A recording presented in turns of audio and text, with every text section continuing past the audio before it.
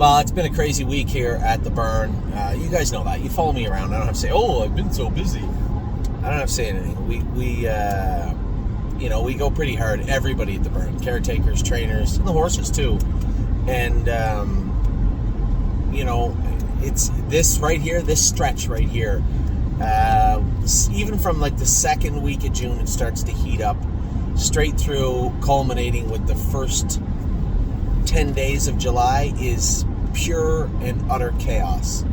And I'm literally driving Oliver back. So he was playing baseball in Ohio the last 4 days, and I'm going to drive him back now. Amy's going to drive down to Niagara Falls. I'm going to go to lunch with Amy and the kids, turn around, go back to Cleveland because my flight is tomorrow morning at 6 a.m. to Kentucky. And then I'm going to have to try and make my flight home to Cleveland. Then I have to go to the Meadows, make sure everything's squared away for our week ahead, whether it be the Phillies on Saturday or the Colts on Sunday. A lot going on in that regard. But I also want to focus on the week that we had. I mean, we had 2 more winners, 2 more babies win races this week. Really Don't Care looked awesome. I think Sweeney might have got robbed a bit. He was coming 100 and they kind of hit wheels at the wire, but he was really, really finishing up strong. I know we put him in the straight maiden on Wednesday because he wasn't going to get a race otherwise, and I just felt coming off that performance, he's really, really sharp as attack and looking good.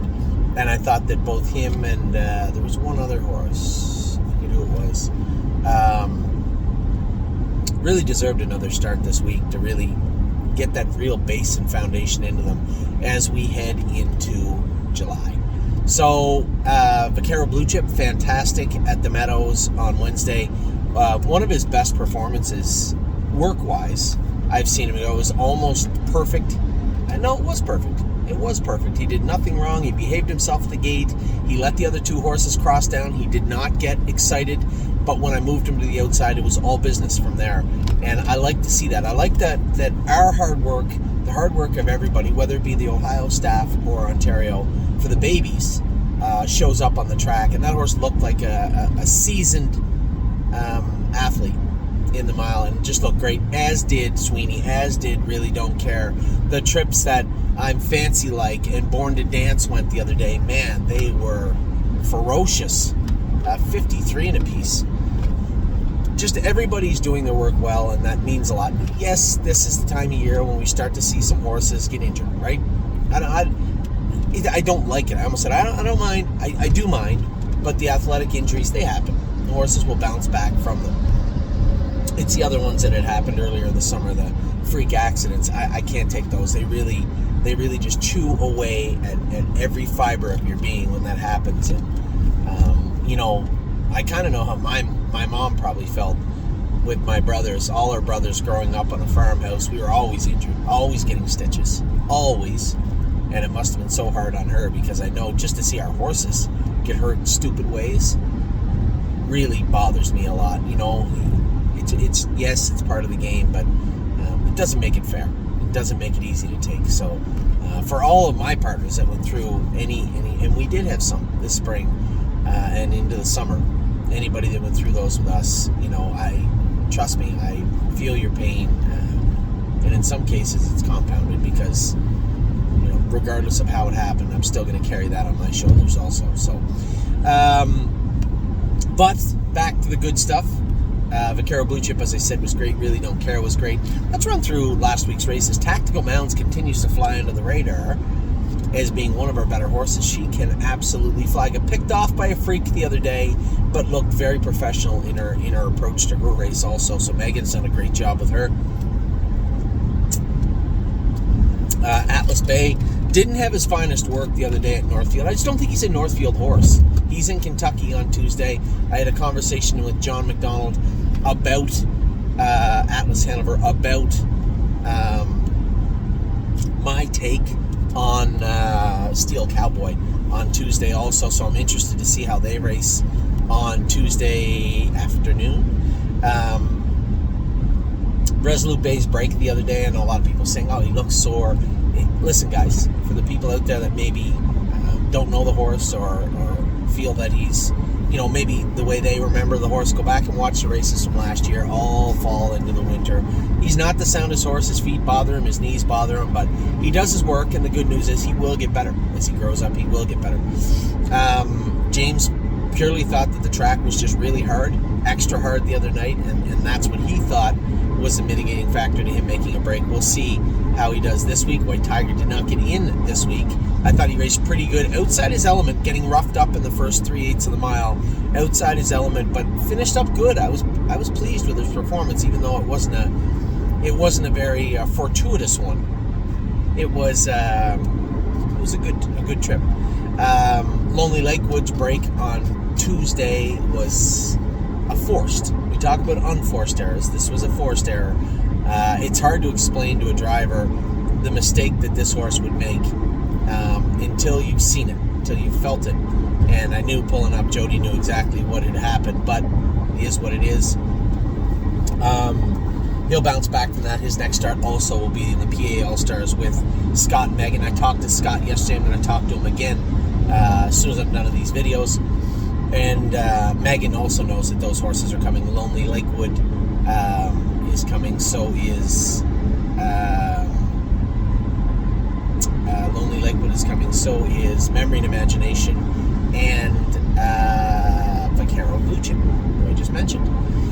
Ready for Landing. I'm going to give him a pass because he's been really good, and I think he was just angry. And you know what? I put him in an angry spot. The gate was walking out of there. Rather than just put his nose up on the gate and let him trot out, I just know him so well.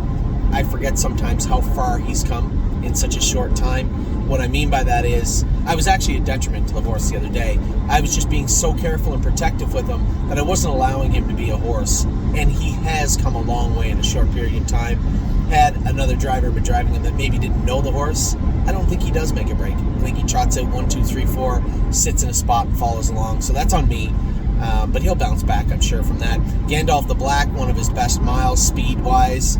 James almost cleaned somebody out coming out of the turn because he hooks that left line just for a short period of time. That's just him. That's just him growing again as a horse, but looked great. How the Hell made a short break but trotted 54. I think the latter part of that story is the one that we should be focusing on. The fact that How the Hell did such great work after he made that just a minor. It was close enough that if I hadn't been fanned out, if I hadn't been in behind them, they might not have noticed. They might not have noticed that he made the break. It was just very short. He's in to go tomorrow at Georgian Downs, and I think he'll do just fine. Then we went to Wednesday. Really don't care. Easiest kind of winner. Sweeney sweeping late on the end of the mile. And I thought that Horn Player easily, from my point of view, one of her best miles of her life. I know she won out of the 10 hole, but she did that on raw power. What I saw the other day was much more focused energy and much more focus in general. I just thought she did her work really well, and I'd really like to see her at the Meadows this week, to be honest. I'm almost debating just taking the hobbles off her and trying her again without them. She's so weird. She needed them so tight on her way to Kentucky, then when she was in Kentucky, then when she come back here, she needed them tight again for her first start. I warmed her up the other night, and I'm like, man, she's really looking for hobble, and she feels like she wants it. And I was able to reach down and let her hobbles out as we were finishing up her mile, and she felt great. Scored her down before the race. I said, they still feel really tight, and she feels like she wants them out. I let them out again. I bet you from the time I went on the track at the warm-up until the time she finished her race, her hobbles were 6 to 7 holes longer. For those of you out there that train horses, that's a lot. It's 3.5 inches. So Horn Player just feels much more confident. Very, very happy with the way she feels and looks. Born to Dance Tonight, Fancy Like, got into a bit of a bare knuckle brawl in the 2-year-old maiden. I don't mind it. I didn't mind either of the trips. I thought they both, they're very. I don't want to say inflexible, but they're very coarse to the exterior of those horses. They really need a lot of work. I believe those two in particular, and they used it to their advantage. They looked great the other night. I'm Fancy Like looked awesome. And Born to Dance looked very, very good also. Paycheck Princess, her line was good. I thought she finished up good. We can start adjusting her equipment now that we got a lot of the shoes changed around on her. Take the bell boots off her. Let her hobbles out a couple of holes. I think Paycheck Princess is going to start being a really nice filly very, very soon. Venice Blue Chip, she just doesn't have that heavy lifting, hard labor that I'm Fancy Like had into her. Now she's got 2 miles and 57 into her. We're going to put her in the race bike 4 days out. I think Venice Blue Chip and I'm Fancy Like are both very, very nice fillies, and I think Venice Blue Chip is going to be peaking right at the perfect time on July the 1st. B. Lisa. Every so often we get that shot of fresh air, right? That breath of fresh air. And here's a 6-year-old mare with less than 20,000 made. Very lightly raced and protected by her owners, and then sent to the stable, sold to the stable to race. They just had nowhere to race or nothing to do, and expectations were exceedingly low for a 6-year-old trotting mare with no money made. I'll tell you one thing: I only had to sit behind her for 1 minute and 58 seconds the week before training her to know that she had something under the hood. I don't know how much, but I know she gets some horses under there, and she absolutely toyed with them the other night to the point where I said to Jason, she doesn't need to be in this class anymore. You can move her up. She's really good. We opted for the 1 class and kept a higher tag on her. I mean, they want her for that, fine, but I think we're going to have a lot of fun with B. Lisa over the next little while. Stonebridge Acadi should have been a stronger finisher in that mile. I did protect him. I did be very careful with him. No, he didn't get in this week, and I'll be completely forthcoming with everybody. He's getting to that saturation point, and had I known he was not going to get in, he might have been in the sale on Monday. And I know for the owners of Hank, you probably are frustrated to hear that, but at the end of the day, the stable.ca is a big ship, and it's going to continue to sail forward. And horses like Hank that have been pretty decent and had a decent year, they are going to reach that saturation point. And if I don't think they can, and it's very hard to get to that next level. It's very, very hard. And if he can't do it, then there's only one way. I mean, somebody can buy him for Dover or for Harrington or for anywhere. You could buy him. You might do in the open level. I don't mean open trotter. I just mean open condition level, because that's what he has to win after he wins a couple more races. And that doesn't mean you give the horse away. He's certainly not. He's far from worthless. He's worth quite a bit of money, but saturation point at Northfield will be our precipice for a number of horses, and Hank Stonebridge Acadi falls underneath that. And coming behind him, Mo Power Baby. She's 5 wins probably behind where Hank is right now, because she's a mare, a filly. She's done some good work. When Kurt Sugg went by me the other night, I literally felt she was going to get on the list. And as soon as she saw him clear to the front, she didn't grab a hold of the bit like she wanted to chase him down. But when Chris Limes moved out of the 2-hole, she didn't let him by. And she kept just kind of sticking her neck out, and ended up holding on for second in a pretty hard-fought race for second place. I thought she raced pretty admirably. I don't think she should be, entered into a major stake company anytime soon, but I thought she raced pretty good for what she is. Merchant Man finished 3rd. I thought he did adequately. Again, we'll probably put up a win or 2 with this guy, and then probably move him along also. Royal Emeralds was great, and then we scoped her after, and she was full of mucus. Now, not just sickness. I think if you actually drew her blood, the white count might be lower than you'd think. I think it was mostly allergies compounding in there. So I said to Tim, antibiotics, and then probably you're gonna have to be really aggressive with her medications as far as how we keep those allergies and that mucus at bay. But this isn't far from Tim's first rodeo or mine when it comes to allergy treatment. So I think she's in the right place there. We're gonna have a lot of fun with Royal Emeralds. Absolute Euphoria, I thought, won a great race. Now, how long is she going to be in Canada? 2 phone calls I have to make. I want to talk to Stacy also and see what's down there. I want to actually review and see what the non-winners 2, 3, 4-ish went for and went in. went in at Scioto Downs this week. That's good. Because I think this filly, she's proven she can get around a 5/8 now. She looked good. Very impressed with the way she's come around, and lots of options for her. I just don't really particularly want to go on the track at 20-1 at Mohawk with her anymore, when she could and should probably go on the track at 4-1 somewhere else, mainly Scioto. So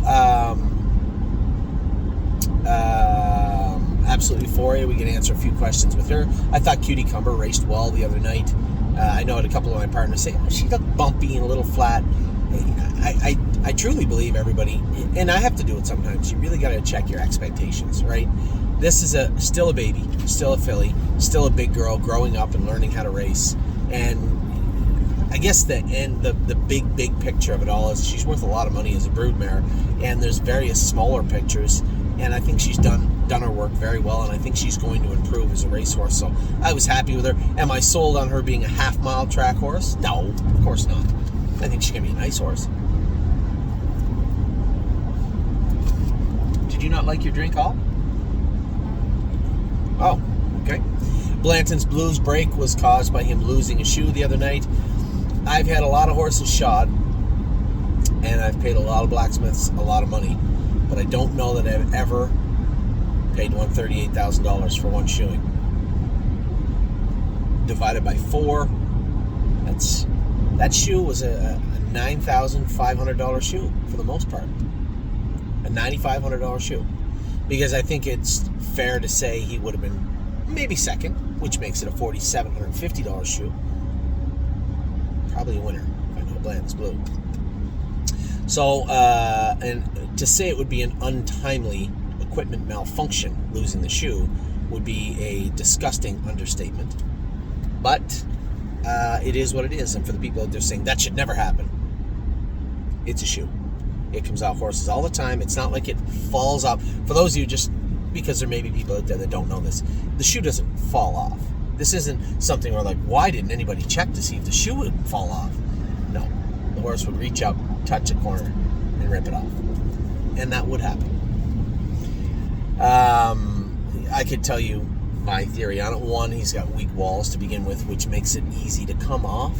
2, he wears the flip-flops that have the much more coarser plastic, where if he did catch a corner, it would be much easier to finish the job, so to speak, and rip that off. When he did, he made a break.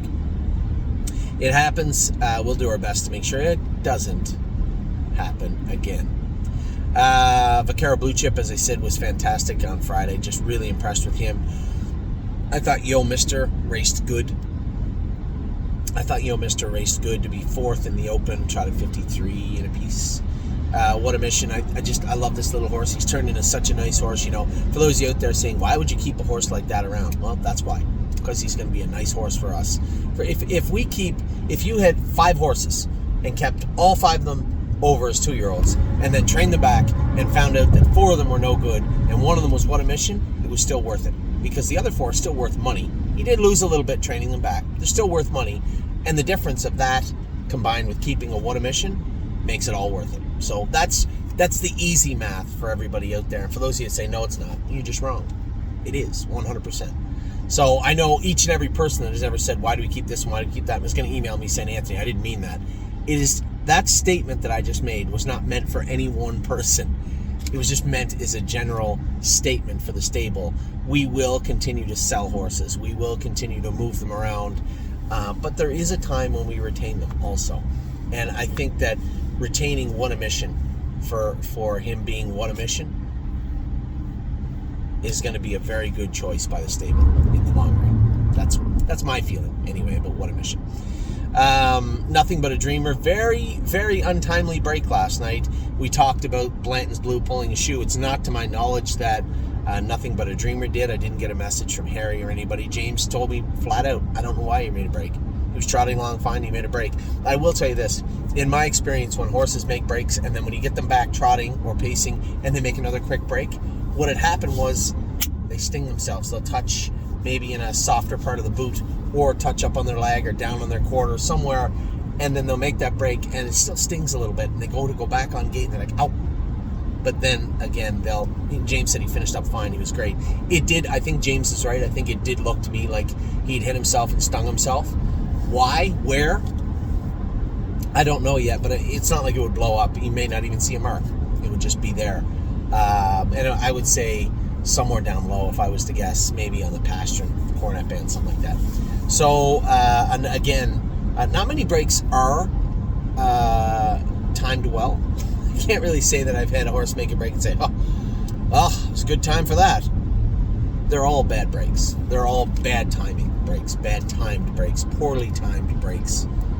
And his was also. So nothing but a dreamer. I don't think there's anything there. There's no smoke. There's no fire. He's a trotter that made a break. A horse that has only made one in his life, and that was the early part of last year. So you're just going to have to turn the page and move forward. And then our Friday night finished off with JK Victory. And, you know, when we keep buying good horses, we usually generally find a spot for them, right? This wasn't a middle-of-the-road horse we were hoping was good. This was a horse that was already proven good. But when we got him, he just didn't appear to be the horse that we purchased, or we thought we purchased. But it was like the winter into the spring, and, you know, different track, different everything. Sent him back to where his roots were, in Indiana, and the trainer that had him there. Away you go. And he looks like the horse we purchased now, right? I know a lot of people say, well, I just like to see him win the Open. You'd like to see a 4-year-old win the Open pace with aged horses. That is an awesome story. Highly unlikely and highly irregular and not going to happen, but great story. It would be nice to see him become an Open horse, and I believe he will. I think it's hard to believe he wouldn't. I think the young man that drove him last night, I'm not familiar with Mr. Ross, but he did a tremendous job on the horse last night, going around the first turn and having, you know, it wasn't like he was beaten into the 3-hole, where it was like, get in the 3-hole. He assessed the situation quick enough to understand that the 3-hole was the only option other than a fist fight at that point. And I think he dropped him in the 3-hole, and the perfect timing. Drove the horse great, kind of snuck his way through, and it looked like it almost paid off. Another step, and it did. But the horse looked great. Looked great, finished up great, had a lot of pop on the end of the mile. So really excited about the racing ahead, not just the babies, but the 3-year-olds this week. We have Philadelphia. I am going to go to Philadelphia and drive this weekend. So we have... fast forward. Don't worry about everything. I got lots to do, but let's start with Saturday. Saturday morning, Saturday afternoon, I'm going to be at the Meadows. Saturday night at Scioto Downs. Sunday afternoon in Philadelphia. But don't worry, I got Sunday night off. Monday, I'm going to take off. I could go to the Poconos. I could go to a number of places. I'm taking Monday off to go watch him. His team in Ohio is all done on July the 9th. This is the last week. Last stretch of games for him. So I'm going to take Monday off and go watch him. Tuesday, though, I do have to be in Kentucky. Now, I told Scott he could go drive the 2 horses in Kentucky. We'll see how we get along tomorrow. We'll see how things go tomorrow. And, you know, my wife being the nicest person she is and sticking up for her husband, she said, you know, you should go drive those horses in Kentucky. But the stable is for the horses and the people, and not for Anthony McDonald's driving career. And if I know anybody can drive Arison, if there's no quirks, no hiccups, no issues that maybe would take a start or two to work out with Pickpocket, which I doubt there is, then I'm more inclined to say, yeah, if you want to come drive the horses, feel free. And that goes for James or Mark also. I know that Mark, since the accident, has been having some back spasms and whatnot. He's hurt a little bit right now. Actually, you should give him a call. He's hurt a little bit right now, and he'll be back soon. But the good news is we have a full dance card of very, very talented drivers that would be more than happy to go drive those horses in Kentucky. And if I go, I go. It doesn't really matter to me. But I do want to make sure I get to see him play the rest of his baseball in Ohio, as much baseball as I can. Now, the Canadian baseball, he's going to play through till September. So that will be a lot of fun for the rest of the summer for me. So it looks like we're on our way. I was going to quickly scroll through the 2-year-olds, but we'll do that in the 2-year-old section. I'll give you an update on all of them. Pretty happy with the way things are panning out so far. Now we have We're just starting our stake season. It hasn't started in Ontario yet. It started in New York the other day. It will continue in New York on Wednesday with Really Don't Care. And then we have Ohio, Pennsylvania starting up. We might even have a little nibble of New Jersey, given what James wants to do with Punch the Clock. So we'll see. We'll have some Kentucky. Obviously, my plan is to leave Pickpocket at least, if not Pickpocket and Arson, down in the Kentucky area. Militant also potentially. So we do have stuff going on right now with all the horses, and we are still fleshing it all out. I'd said to somebody the other day, they said, well, can you just get a calendar for this horse? No, because I don't have one yet. The horses can change. You look at a horse like Pickpocket, week to week, everything can change. Punch the Clock, we have at least 2, if not 3, very viable paths right now for this filly, and you have to look at her ability in real time and say, okay, where should she go? Where should he go? Where should they go? And that's what we're trying to do right now. So aside from running all over the place, flying all over the place, doing everything I can to make sure everything gels together for the summer 2023, we also have to look at all of our calendars in that very fluid way also. So with that, I'm going to let you guys go. If I didn't talk about your Horse Race Good, I apologize. I do. I was just going off the calendar that we had here. A number of really exciting horses getting really close and ready to go. A number of exciting horses that are going right now. Very happy with what I saw today. I was happy with Drebin, but I do want to see his follow-up qualifier. I do want to see that. And, there's a voice inside me saying, oh, you should go the next week. I can't. I'm going to be all over the place next week. So, like it or not, James is going to have to, I know James said, I can't go with this one, can't go with that one. I said, you'll go with everything next weekend that we need you to go with. Or Herm will come to you. So, with that, I'm going to let you guys go. I hope you're having a great weekend, great day, and a great weekend. I had a great day already. What an awesome game it was. I showed everybody in another video. They did his pictures. The team did their pictures, and they gave you these pins. How cool is that? It's real cool. Played good today, the kid. So with that, I'll let you go. As I said, I hope you have a wonderful weekend. I will talk to you all very soon. We have lots of updates coming up this week. Take care.